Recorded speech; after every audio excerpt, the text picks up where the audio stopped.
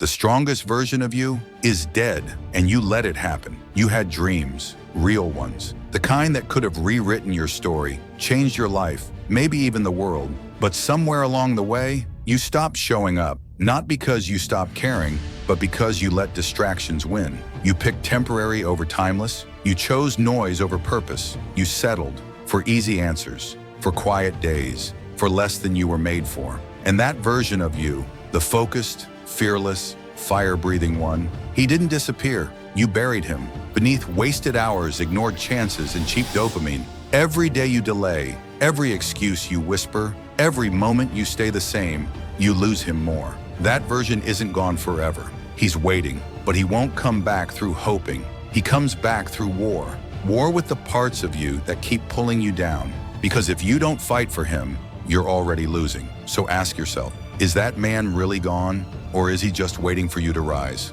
Comment reborn if you're done waiting and ready to become what you were meant to be.